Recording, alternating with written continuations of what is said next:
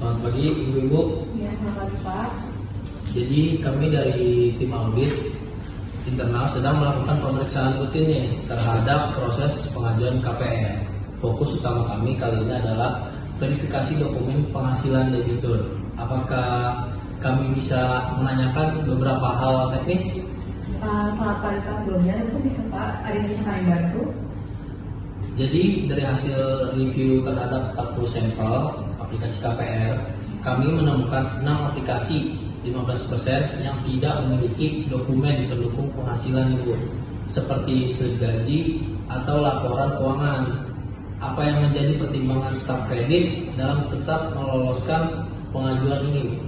Benar Pak, ada beberapa kasus, terutama untuk debitur informal ataupun wira swasta, di mana mereka hanya menyertakan surat pernyataan penghasilan. Kami biasanya tidak terlalu ketat kalau nilai pinjamannya relatif kecil dan mereka memiliki agunan yang full. Kami pahami sekali fleksibilitas di lapangan. Namun ada perlu dicatat nih bahwa kebijakan kredit bank menyatakan bahwa setiap pengajuan wajib menyertakan bukti objektif penghasilan seperti slip gaji, rekening koran 3 bulan terakhir, atau laporan keuangan dan surat pernyataan pribadi. Tidak cukup secara regulasi. Memang ada kendala dalam meminta dokumen formal dari pekerja informal, tapi kami setuju bahwa ini jadi perhatian. Apakah sistem pengajuan KPR saat ini mengharuskan seluruh dokumen dilengkapi sebelum pengajuan diproses ke tahap analisis? Untuk saat ini, sistem memungkinkan user untuk tetap melanjutkan input meskipun dokumen belum lengkap. Ada opsi bypass karena kadang debitur masih dalam proses melengkapi. Baik, ini kami catat sebagai risiko operasional rekomendasi kami.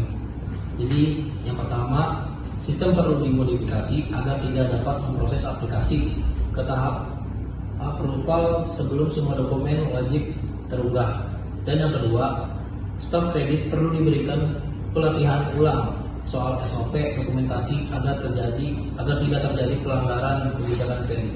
Bahwa banyak data anggaran seperti sertifikat rumah dan bukti pengikatan hak tanggungan belum diperbarui sistem, bahwa setelah lebih dari 90 hari sejak kredit dicairkan, mengapa ini bisa terjadi?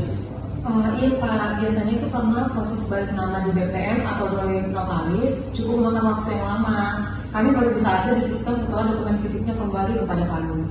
Apakah saat ini ada batas waktu yang ditentukan oleh manajemen untuk menyelesaikan proses anggunan? Secara formal tidak ada Pak, tapi kami usahakan selesai dalam waktu 1-2 bulan. Masalahnya, kami tidak punya kontrol langsung atas pihak eksternal seperti notaris dan kantor ketahanan. Memang itu tantangan umum, tapi berdasarkan best practice dan regulasi OJK, dokumen anggunan seharusnya sudah selesai diproses dan diinput maksimal 30 hari setelah pencairan. Jika tidak, bank bisa dianggap belum memiliki jaminan legal yang sah. Memang belum semua cabang menerapkan monitoring harian untuk status agunan. Biasanya dicatat manual oleh tim kredit Pak. Rekomendasi kami untuk manajemen adalah ada 3 rekomendasi kami. Yang pertama itu tetapkan SLA maksimal 30 hari untuk penyelesaian dan update anggunan ke sistem. Untuk PIC anggunan khusus di setiap cabang untuk memonitor dan follow up notaris.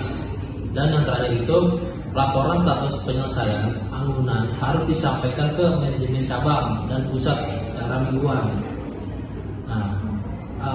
Terima kasih Ibu-Ibu atas keterbukaan dan penjelasannya. Temuan ini akan kami tuangkan dalam laporan audit lengkap dan kami akan menyampaikan rekomendasi secara resmi kepada manajemen pusat. Baik Pak, kami sangat menghargai masukan dari audit. Kami juga akan mulai menindaklanjuti beberapa poin yang sudah disepakati. Terima kasih. Terima kasih Pak.